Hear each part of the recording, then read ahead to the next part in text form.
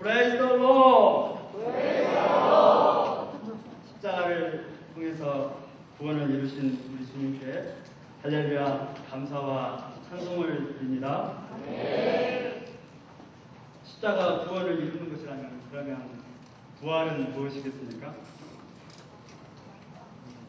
네, 구원의 완성이고 승리를 이야기하는 것입니다. 이 시간 부활 말씀을 통해서 승리하는 삶을 사시기를 바랍니다. 요절 말씀 6절 읽고 시작하겠습니다. 6절 시작. 성전이되 놀라지 마라. 너희가 십자가에 못 박히신 자를 예수를 찾는다. 그가 하나를 찾고 여기 계시지 아니하나. 보라 그는 어떤 곳인가. 세계적인 암 전문의 원종수 권사의 간증에 보면 이런 내용이 있습니다. 이분이 서울대 의대를 수석으로 졸업을 하고 미국 유학길에 올랐습니다. 비행을 하는데 저쪽에서 스튜어디스가 식사를 가지고 옵니다. 근데 이 청년이 그때부터 걱정이 되기 시작을 하는 것입니다. 항공료로 이렇게 큰 돈을 이미 지불했기 때문에 수중에 남아있는 돈이 별로 되지 않았습니다.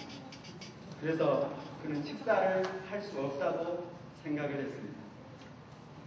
그래서 저쪽에서 스튜어디스가 식사를 가져오면 그는 식사비를 지불하지 않기 위해서 잠을 자는 척했습니다. 그는 비행기 안에서 편안하게 많은 것들을 누릴 수 있었지만 아무런 혜택도 받지 못했습니다. 그는 단지 비행기만 타고 아메리카에 도착을 한 것입니다. 비행시간 내내 그는 쫄쫄 끊고 미국 땅에 도착을 했습니다. 서울대를 수석으로 졸업한 사람입니다. 왜 그랬는지 참 이해가 되지 않습니다. 여러분, 우리의 신앙생활도 마찬가지라는 생각이 듭니다. 예수님을 영접하고 십자가를 알지만 부활의 능력을 알지 못하기 때문에 부분적으로만 주님의 은혜를 누리고 살아가는 사람들이 많이 있습니다.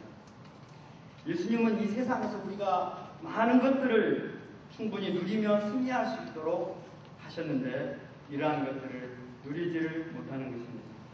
잘 모르기 때문에 그런 것입니다.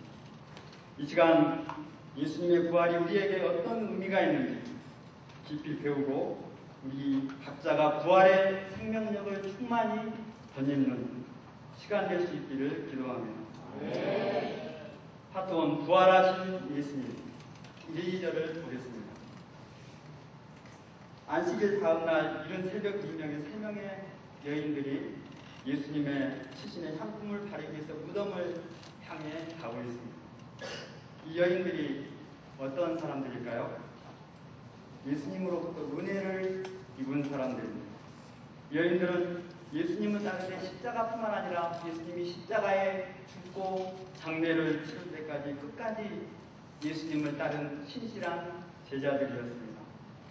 하지만 그토록 능력 많으신 예수님이 또 사랑 많으신 예수님이 십자가에 처참하게 돌아가신 것을 이 여인들은 보았습니다.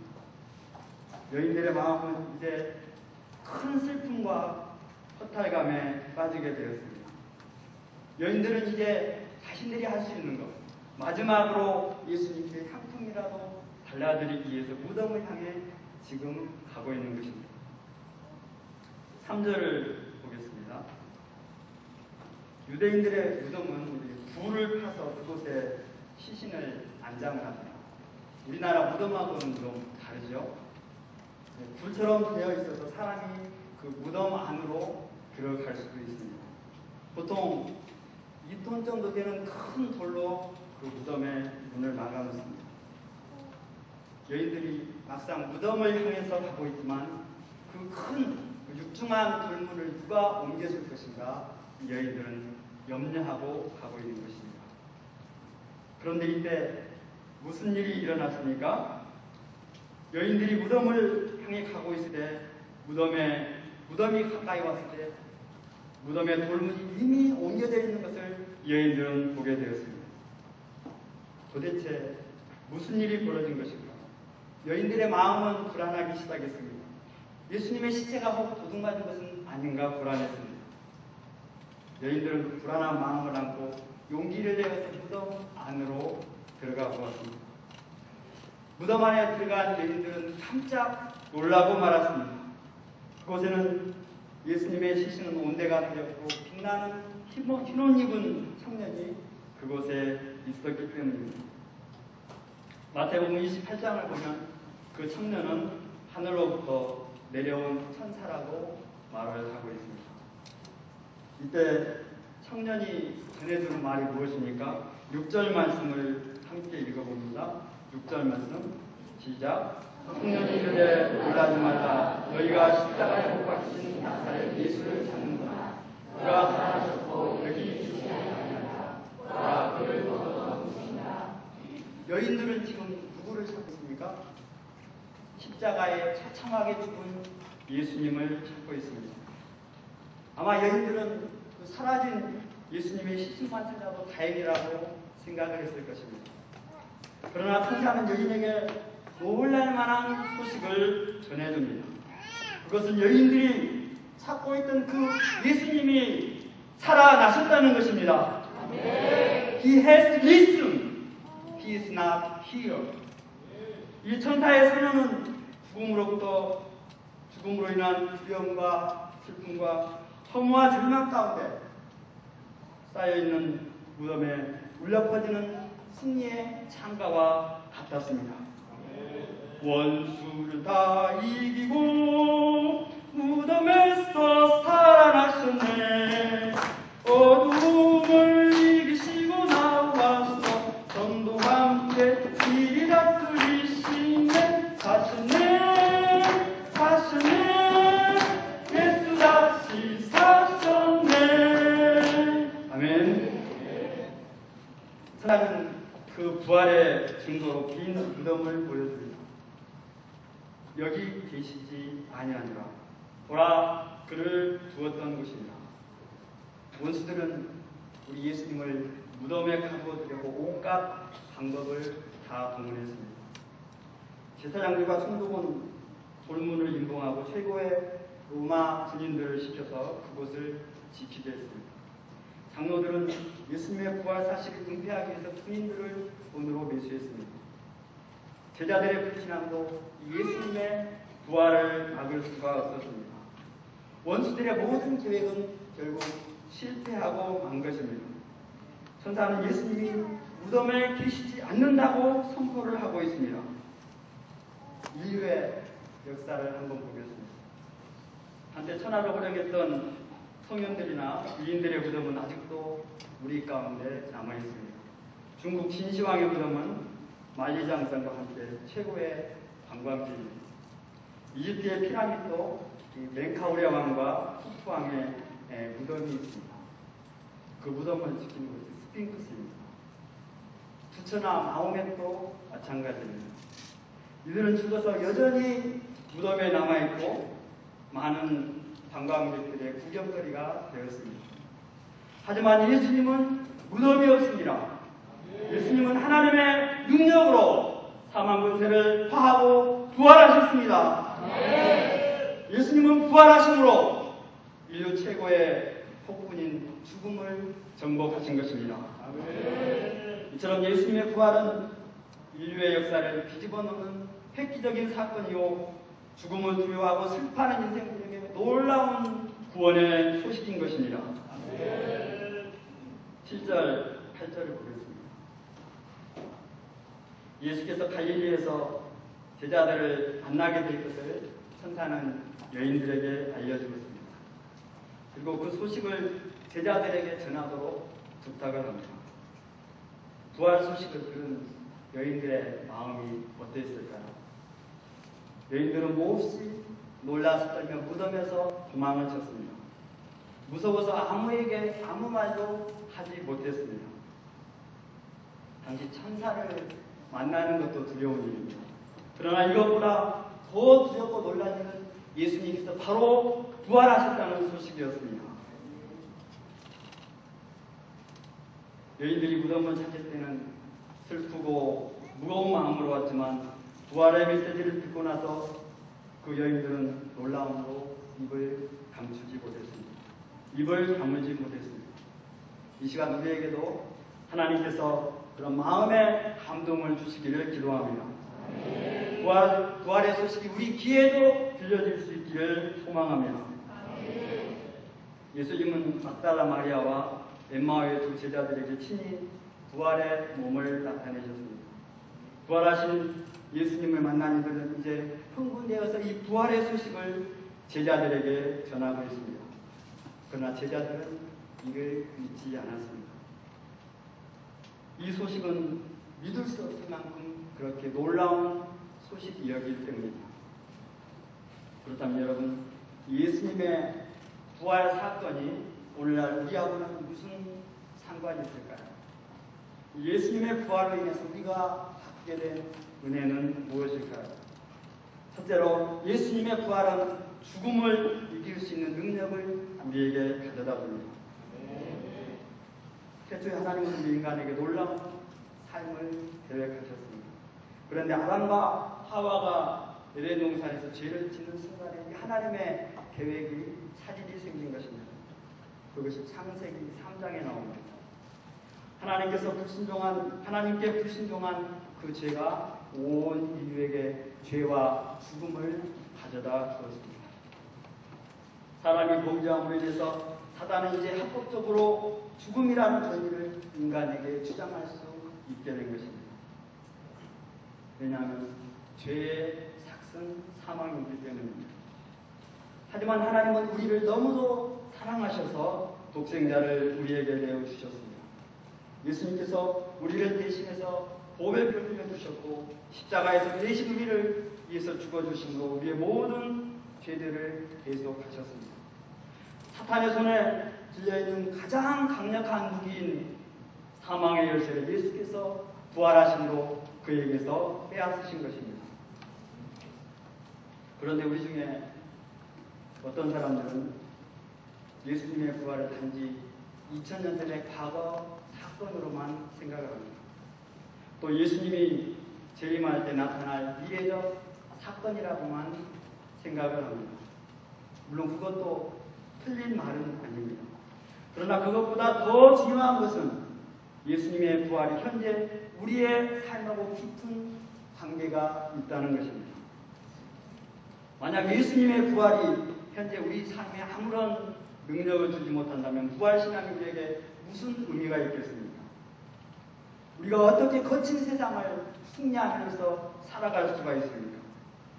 그러나 하나님은 우리에게 예수 그리스도를 통해서 부활의 생명력을 주셨고 또 이 땅에서도 살아가며 승리할 수 있게 해 주셨습니다.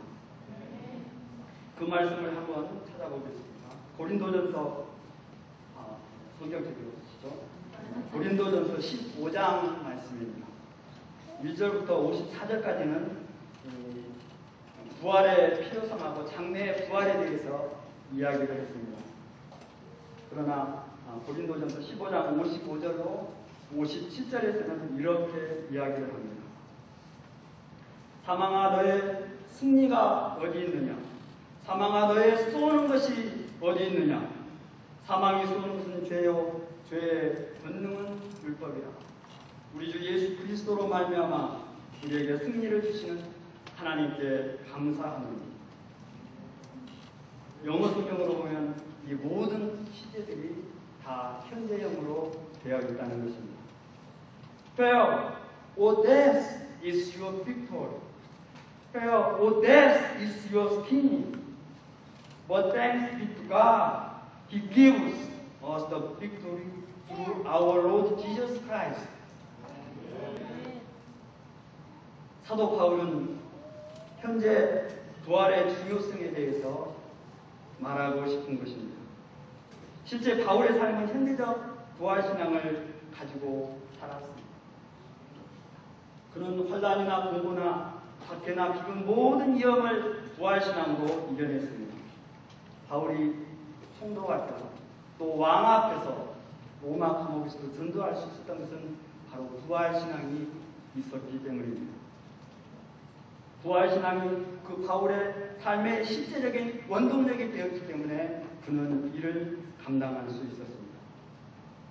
바울은 부활신앙을 통해서 현재 우리 안에 있는 죽음의 요소들, 즉 다시 말하면 절망과 두려움과 질병과 슬픔과 상처와 우울증, 이 모든 것을 또 우리가 이기면서 살아갈 수 있다고 이야기를 하고 있습니다.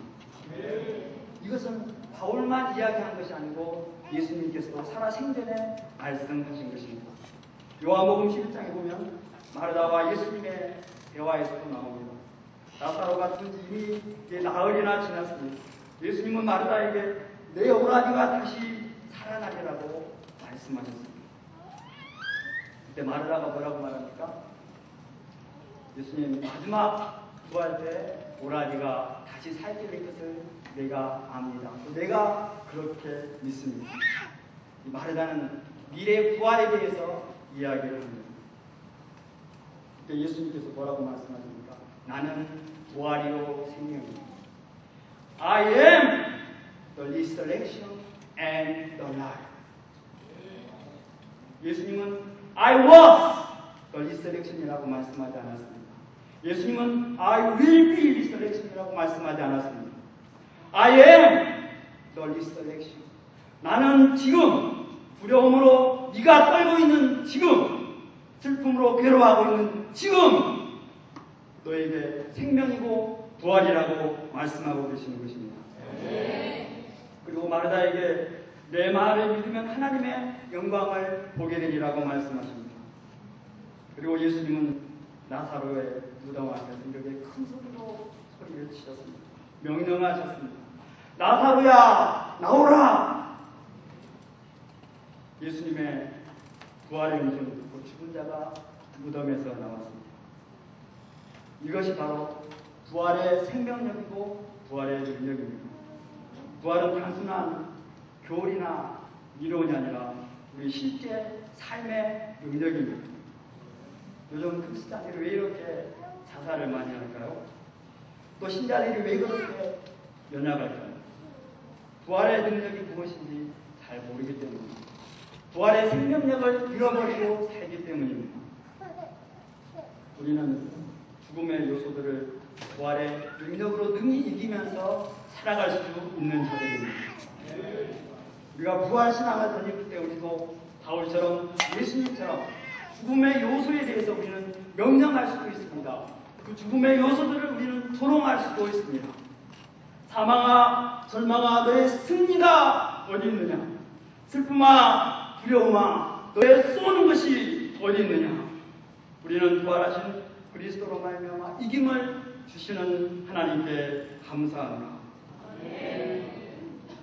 둘째로 예수님의 부활은 죄를 이길 수 있는 능력을 우리에게 줍니다. 예수님은 십자가에 못 박혀 죽으시고 3일 만에 다시 부활하셨습니다. 우리가 예수님의 죽으심과 부활을 믿을 때 이 원리는 동일하게 우리에게도 적용이 되어지는 것입니다. 예수님의 죽으심은 나의 죽으심이 되는 것이고 예수님의 부활은 나의 부활이 되는 것입니다. 사단은 우리에게 더 이상 죄로 인한 아무런 권리 주장을 할 수 없게 되었습니다. 이제 마귀와 우리와의 영적인 친구 관계는 이미 다 끝난 것입니다. 이미 예수님께서 죄값을 십자가에서 다 치르셨기 때문입니다. 이처럼 예수님의 부활 생명을 얻는 자는 마귀의 속박으로부터 자유한 자가 되는 것입니다. 죄의 삭은 사망이라고 했습니다. 이 말에 무슨 뜻일까요? 죄가 결국 우리를 이끌고 가는 것은 영원한 죽음이라는 말입니다. 사단이 하는 것은 죽이고 멸망시키는 것입니다. 그런데 예수님께서 부활하심으로 그 사단의 최종 목적지인 그 본부인 죽음을 박살내셨습니다. 본부가 박살났기 때문에 죽음을 구성하고 있는 그 작은 죄들이 이제는 우리를 어떻게 할 수 없다는 것입니다. 쉽게 말하면 이런 것입니다. 1945년 미국 태평양 함대에서 일본 히로시마에 원자탄을 떨어뜨렸습니다. 그때 히로시마 인구의 3분의 1이 죽었습니다. 이제 일본이 전쟁을 못하겠다고 항복을 했습니다. 그래서 우리나라가 일본에서 해방된 것이죠. 이거하고 비슷한 것입니다.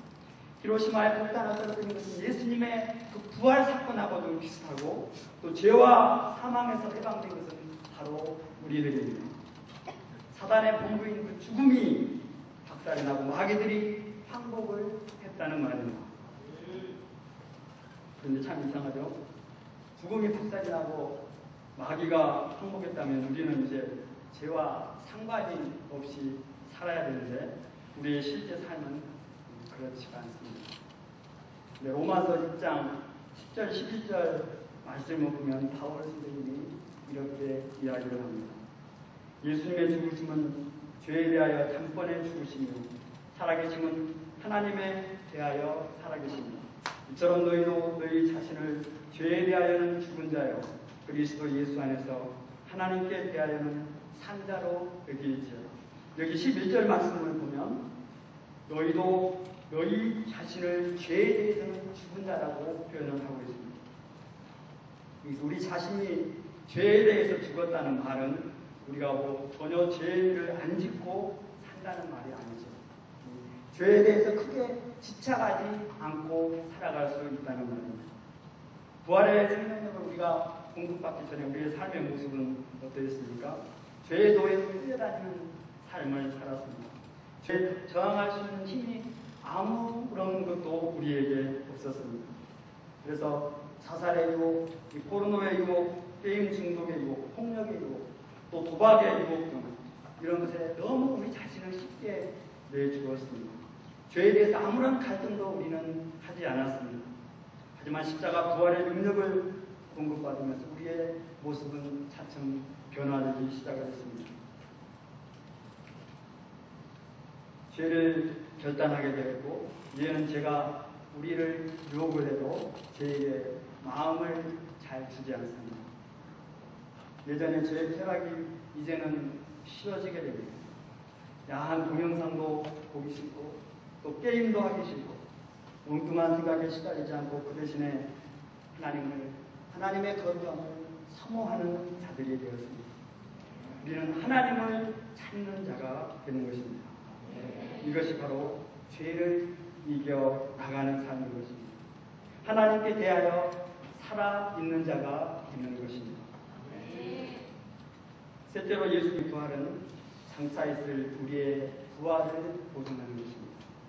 로마서 8장 11절 말씀을 보면 예수를 죽은 자 가운데서 살리신 이의 영이 너희 안에 거하시면 그의 영으로 말미암아 너희 죽을 몸도 살리시리라는 말씀이 있습니다.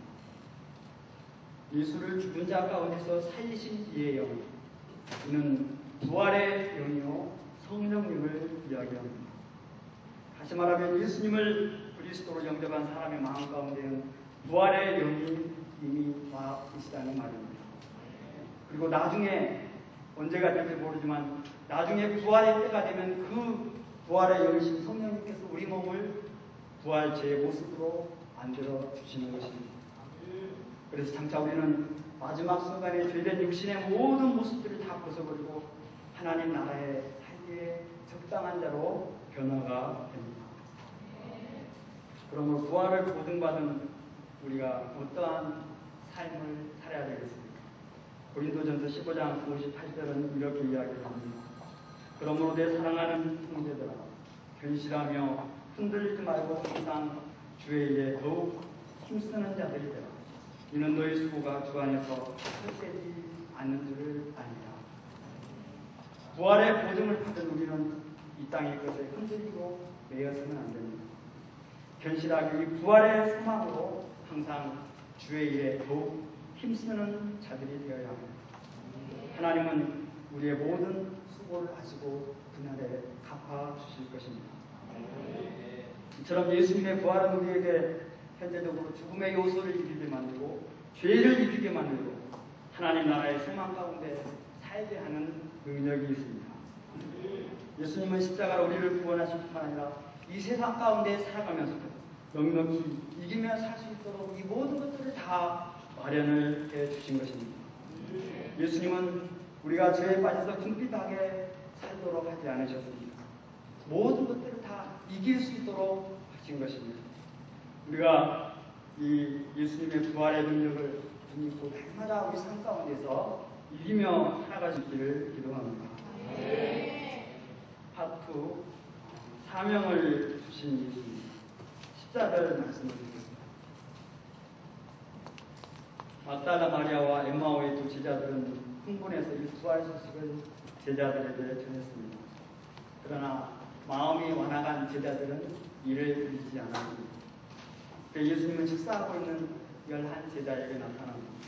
그리고 부활의 증거들을 믿지 않는 그들을 책망하십니다.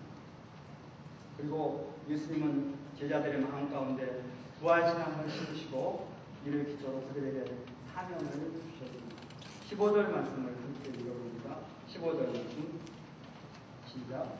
또 이르시되 너희는 온 천하에 다니며 만민에게 복음을 전파하라.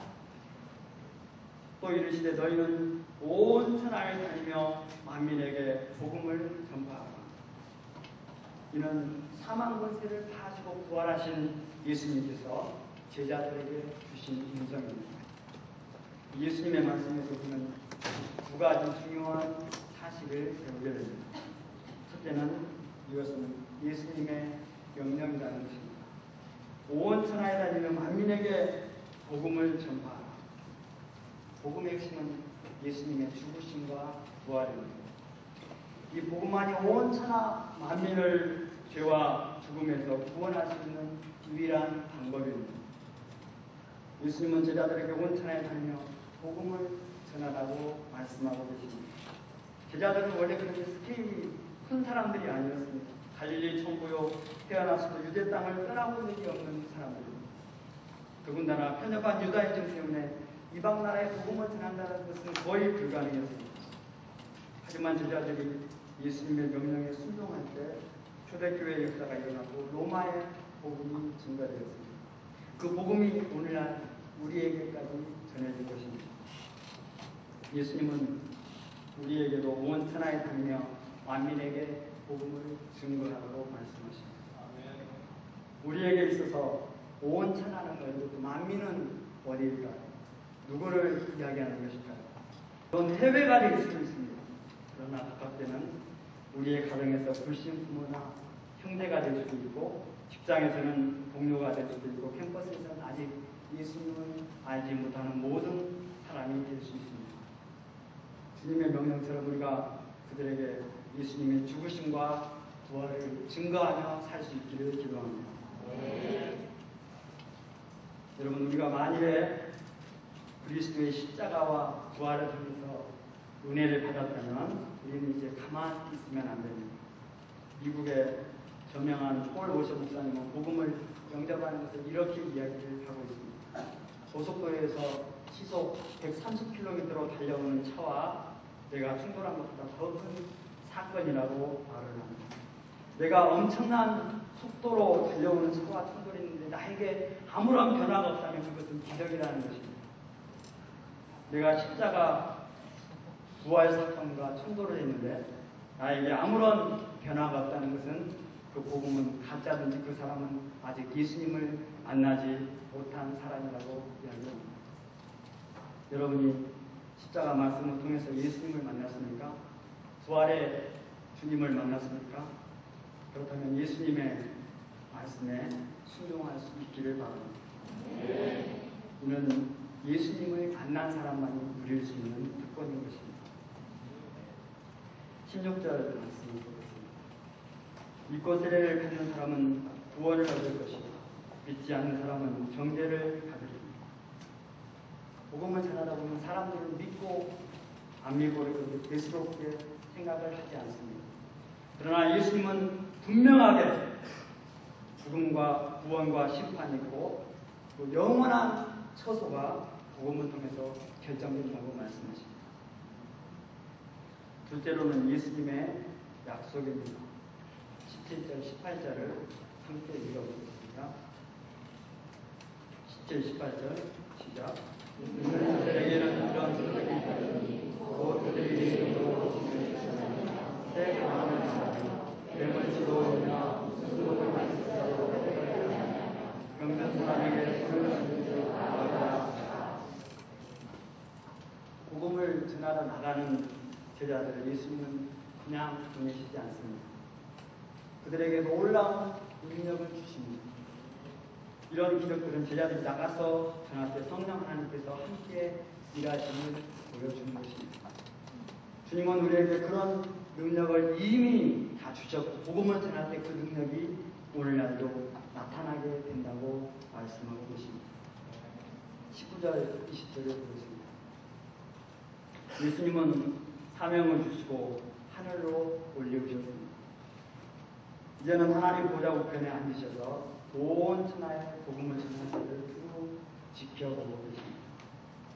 제자들은 주의 말씀에 순종해서 나가 두루 복음을 전파했습니다. 부활하신 예수님은 우리에게 사명을 주시고 우리도 그리스도의 고난에 동참할 수 있는 은혜를 주셨습니다. 이것은 우리에게 놀라운 일입니다. 우리도 제자들처럼 예수님의 약속을 믿고 나가서 두루 복음을 전파할 수 있기를 기도합니다. 저는 장애를 가지신 아버지와 무속인이신 어머니 사이에서 태어났습니다. 저는 마치 이런 환경을 운명처럼 받아들였습니다. 겁 많고 소심한 저는 누나의 인도로 교회에 나가게 되었습니다. 하지만 가족들의 연이은 죽음과 대입 실패, 교회에서의 도둑누명으로 인해 저는 예수님을 떠났습니다. 죽음에 대한 깊은 허무와 무신론적인 삶의 자세는 세상의 정욕과 쾌락으로 저를 몰아넣었습니다. 죽음을 예천하는 많은 시를 쓰고 죽음을 동경하는 세상 노래를 따라서 불렀습니다. 그리고 언젠가는 나도 멋진 자살을 꿈꾸었습니다. 그러던 대학 2학년 때 후배의 인도로 이곳 유비부 교회에 와서 성경을 공부했습니다. 삶에 대한 회의로 방황하던 제게 예수님은 길이요 진리요 생명이심을 알게 해주셨습니다. 그 후 이듬해 여름수양회를 보면서 아버지의 용서의 사랑을 뜨겁게 마음으로 영접을 했습니다. 죽음을 사모하던 자가 생명에 대한 기쁨으로, 허무한 내면은 하늘의 소망으로, 또 불신함은 하나님에 대한 온전한 신뢰로 변화가 되었습니다. 하나님은 부족한 저를 졸업 후에도 풀타임 사역자요 러시아 선교사로 사용해 주셨습니다. 하지만 비자 문제로 귀국한 이후에 저는 하나님의 뜻을 발견하지 못하고 수년간 방황을 했습니다. 비전과 소망을 잃어버리고 깊은 자기 연민과 내면의 상처로 힘든 시간을 보내야 했습니다. 하나님의 말씀을 듣고 살아났다가도 또다시 힘들어지는 일이 지루하게 반복되었습니다. 그렇다고 제가 예수님을 사랑하지 않는 것은 아니었습니다. 십자가는 저에게 있어서 가장 큰 감사 제목이었습니다. 십자가 앞에만 서면 저는 어린아이처럼 하염없이 울기를 잘했습니다. 본문에 있는 것처럼 예수님을 사랑했지만 부활의 의미를 잘 모르고 살았습니다. 부활의 신앙으로 돌파하는 삶을 산다는 것이 구체적으로 무엇인지 몰라서 저는 많은 한계 상황 가운데 부딪혀 주저앉아 울기를 잘했습니다. 예수님은 이런 저를 잘 아시고 부활에 관한 말씀을 준비하도록 하셨습니다. 저는 말씀을 준비하면서 저의 삶이 얽힌 실타래처럼 된 것은 외적 조건이나 불행한 환경 때문이 아니라는 것을 깨달았습니다. 저의 근본 문제는 현재적인 부활의 능력을 놓치고 살아가는 것임을 알게 되었습니다. 부활이요 생명 되신 예수님의 가르침과 사도 바울의 부활신앙을 통해서 제 삶에 새로운 도전을 받게 되었습니다. 삶의 이 길을 극복하는 길은 사도 바울처럼 부활의 생명력을 듬고 그 신앙으로 도전하는 것임을 배웁니다. 현재적인 부활신앙을 제가 회복하는 것임을 배웁니다. 부활하신 예수님은 부활의 능력으로 모든 삶의 문제들을 해결하며 승리할 수 있다고 말씀하십니다. 제가 부활의 능력을 듬고 다시금 능력 있는 인생을 살도록 권면하신 주님의 음성을 마음 가운데 다시금 영접합니다. 제가 부활의 능력으로 새롭게 될 뿐만 아니라 주께서 주신 귀한 사명을 마음으로 영접하고 만민에게 복음을 전하는 복된 삶을 살 수 있기를 기도합니다. 말씀의 결론입니다. 예수님은 십자가에 죽으시고 사흘 만에 다시 살아나셨습니다. 이 부활은 인류의 최대 원수인 죽음 권세를 이기신 부활입니다. 예수님의 부활 생명을 우리가 마음으로 영접할 때 우리도 예수님처럼 넉넉히 이기는 삶을 살아갈 수 있습니다. 또 십자가 부활을 우리가 전파할 때 많은 영혼들이 살아나는 것을 보게 될 것입니다. 부활의 주님께서 우리에게 부활의 생명력으로 충만케 해주시기를 기도합니다. 5절 말씀 17절 읽고 6절 읽고 제가 기도하고 말씀드립니다. 16장 6절 시작. 청년이 이제 몰라집니다. 저희가 십자가에 못 박힌 나사렛 예수를 찾는다. 그가 살아나시고 이기시지 않느냐. 그가 그를 얻어놓습니다. 거룩하신 여호와 하나님 아버지, 우리 주님은 사망 권세를 이기고 다시 살아나셨습니다. 뿐만 아니라 저희에게 생명이요 부활이 되셔서 세상을 이길 힘도 능히 공급해 주셨습니다. 저희가 현재적 부활신앙으로 무장하게 도와주시고 주님 오시는 그날까지 승리하며 사는 인생 되게 인도하여 주시옵소서. 부활의 주님께서 주신 생명을 온전히 부활의 주님께서 주신 명령의 말씀을 저희가 온전히 감당할 수 있도록 저희에게 힘 주시옵소서. 저희의 삶을 통해서 주의 영광 나타나게 도와주시옵소서. 감사드리고 예수님의 이름으로 기도합니다.